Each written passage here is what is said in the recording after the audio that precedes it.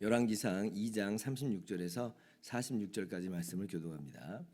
왕이 사람을 보내어 시므이를 불러서 이르되 너는 예루살렘에서 너를 위하여 집을 짓고 거기서 살고 어디든지 나가지 말라. 너는 분명히 알라. 내가 나가서 기드론 시내를 건너는 날에는 반드시 죽임을 당하리니 내 피가 내 머리로 돌아가리라. 시므이가 왕께 대답하되 이 말씀이 좋사오니 내 주 왕의 말씀대로 종이 그리하겠나이다 하고 이에 날이 오래도록 예루살렘에 머무니라.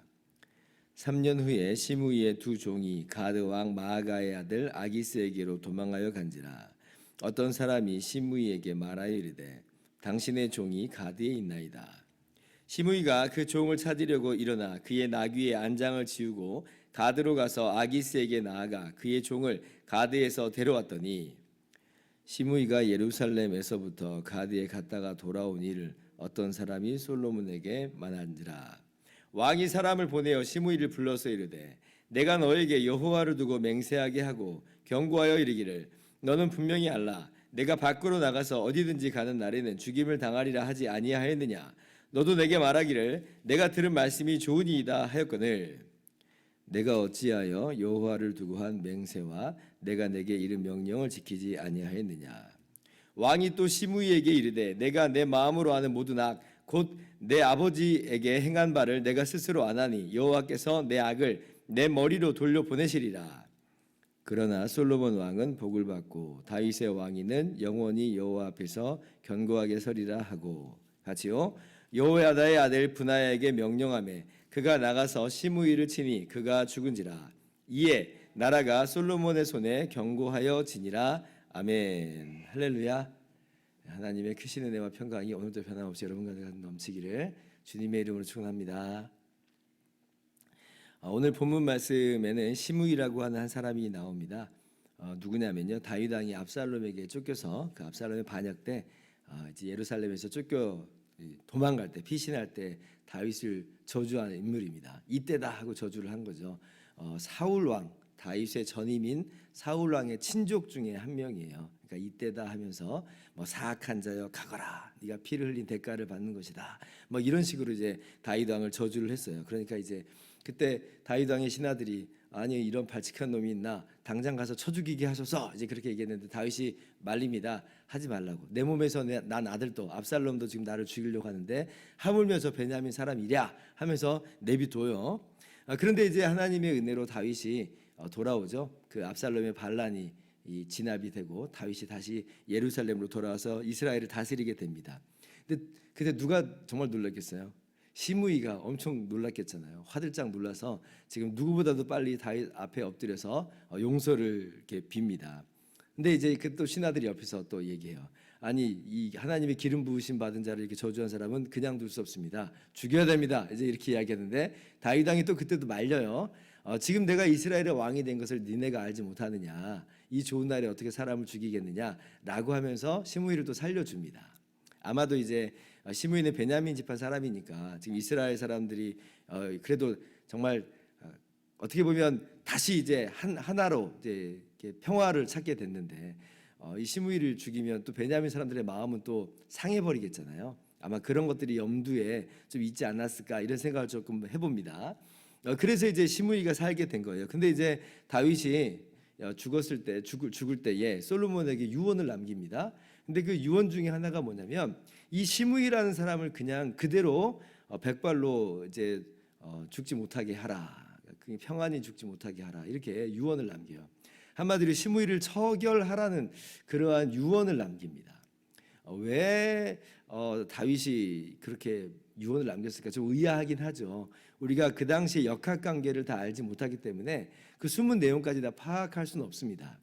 근데 이제 아마도 그냥 이야기하지는 않았겠잖아요. 다윗이 그냥 마음이 꿍 해가지고 마음에 품고 있었다가 그제서야 이야기했다기보다는 어쩌면 시므이라고 하는 그 사람의 본바탕은 여전히 변하지 않았고 여전히 다윗이 볼 때 살려주긴 했지만 참 저 사람 나쁜 사람이다라고 하는 그런 그 인식이 여전히 이제 다윗에게 있지 않았을까라고 하는 생각을 한번 해봅니다. 44절에 이제 왕이 또 시므에게 이르되 네가 내 마음으로 아는 모든 악 곧 내 아버지의 행한 바를 네가 스스로 아나니라고 하는 거 보면 여전히 시므이는 좀 이렇게 자중하고 자숙하고 겸손한 모습으로 했다기보다는 당장 용서받은 것으로 그냥 다 끝난 어떤 그런 모양새를 취하고 있었던 건 아닌가. 이건 상상입니다. 이건 사실 상상인데 그러지 않았을까 생각을 할 수 있어요. 아무튼 그래서 이제 솔로몬이 그 다윗의 유언을 받들어 지금 실행하는 내용이 오늘 본문에 나오고 있어요. 그런데 함부로 그렇다고 해서 시므이를 처결할 수 없습니다. 뭐 아비아달이나 요압은 아도니아를 따른 죄가 명백하게 있기 때문에 그 죄에 대해서 물을 수 있지만, 그런데 시므이는 이거 아주 옛날 얘기이고 다윗도 용서했던 이야기였기 때문에 함부로 지금 할 수는 없는 노릇이에요. 그런데 이제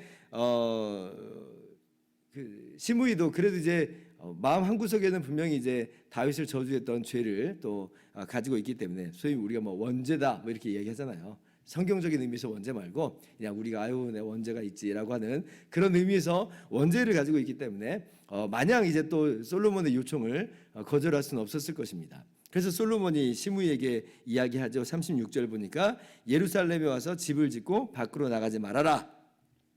만약에 나가면 반드시 죽을 것이다. 일종의 거주지를 제한한 겁니다. 유배한 거죠. 뭐 가택연금까지는 아니더라도 거주지를 굉장히 제한을 합니다. 그리고 이제 시므이가 기꺼이 좋다라고 하면서 동의를 합니다. 동의를 합니다. 아까 말씀드린 것처럼 원죄가 있으니까 동의를 할 수밖에 없지 않았을까 이렇게 생각을 해요. 자, 그런데 이제 어떤 일이 벌어지냐면 3년 후에 시므이의 두 종이 도망갑니다. 블레셋 땅으로 도망을 가요. 자, 시므이 어떻게 해야 될까요? 솔로몬하고 약속한 게 있어요. 예루살렘을 떠나지 말아라. 나가면 죽음을 당하리라. 분명히 약속했어요. 어떻게 해야 될까요? 우리 상식적으로는 당연히 어쩔 수 없다. 너무 아깝죠. 너무 아까운데 저거 지금 이렇게 발만 동동 구를 수밖에 없는 상황일 텐데 그래도 약속한 바가 있으니까 예루살렘에 남아 있고 뭐 다른 사람을 보내든지 다른 조치를 취하든지 그래야 될 텐데 시므이는 39절 보니까 이하를 보니까 그 종을 찾으러 가두왕 아기스에게로 이제 갑니다. 물론 이제 그 자기 고향 쪽으로 간 건 아니에요. 기드론 시내 쪽으로 건너간 건 아닌데 반대쪽이긴 하지만 그래도 예루살렘을 떠나서 그 종을 다시 되찾아오는 일이 있게 되고요. 결국 그 일이 솔로몬 왕의 귀에 들어갔고 그리고 시므이는 자기가 약속한 바가 있었는데 그걸 어겼으니까 그 결과 목숨을 잃게 됩니다. 정말 어처구니 없는 일이 벌어진 거죠. 어저께 주일날 설교 시간에도 함께 나눈 것처럼 소탐대실이라 하는 그 사자성어가 여기도 다시 한번 더 적용이 되는 거예요. 종 둘을 얻기 위해서 자기 목숨을 잃어버리는 그런 어이없는 일이 벌어진 거예요. 종의 가격이 우리도 알다시피 이거 뭐 작지 않습니다. 소탐이라고 해서 진짜 작은 건가 보다라고 하는데 아니요. 소탐이 우리가 생각할 땐 크니까 지금 그게 탐내는 거이신 거예요. 종 한 명의 값이 당시에 은 30세겔이거든요. 은 30세겔이면 한 1,500만 원 정도 오늘날 따져볼 수 있을 것 같아요. 종 둘이에요. 3천만 원이에요. 그러면 뭐 차 한 대 값 정도 나온다 우리가 쉽게 생각을 해볼 수 있겠죠. 그럼 이게 어떻게 작은 금액이겠어요. 만만치 않은 그런 손해입니다. 그러나 생명보다는 귀하지 않는 거예요. 생명보다는. 오히려 그 3천만 원 얻자고 자기 목숨을 잃는 어리석은 모습을 인생의 모습을 오늘 다시 한번 우리가 그 민낯으로 보게 된다는 거죠. 우리의 모습은 아닌가 다시 한번 또 생각을 해보게 되는 것입니다. 어쩌면 우리도 우리의 신앙생활에서 그런 것 아닌가.